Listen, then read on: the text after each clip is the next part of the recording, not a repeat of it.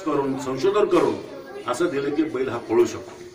म्हणून त्याच्यावर काय अपील काय होणार नाही, त्याच्यावर काही अडचण येणार नाही. फक्त सुप्रीम कोर्टाने तारीख द्यायची बाकी आहे. एवढ्यासाठी बैलगाड्याची केस आडलेली आहे. पण मला खात्री आहे होईल महिना 2 महिने झाले. काल थापलीच्या घाटामध्ये घाट उकरला वगैरे, काही लोकांनी घाट उकरला, बैलगाडा शर्यती बंद पडल्या कारण ते बेकायदेशीर होतं. काही असो, लोकांच्या भावना संतप्त आहेत, मला माहिती आहे, माझ्यासुद्धा भावना संतप्त आहेत. आम्ही एवढी आंदोलनं केली, सरकारच्या माध्यमातून कायदा केला, तरीसुद्धा त्याच्यावर न्याय मिळत नाही. पण एकदा का केसला तारीख मिळाली त्याला 100% न्याय मिळेल याची मला पूर्ण खात्री आहे. आणि पुन्हा तुम्ही सांगितल्याप्रमाणे मी माझ्या स्वतःच्या खर्चानं बैलगाडा घाट बांधून दिल्या गावामध्ये.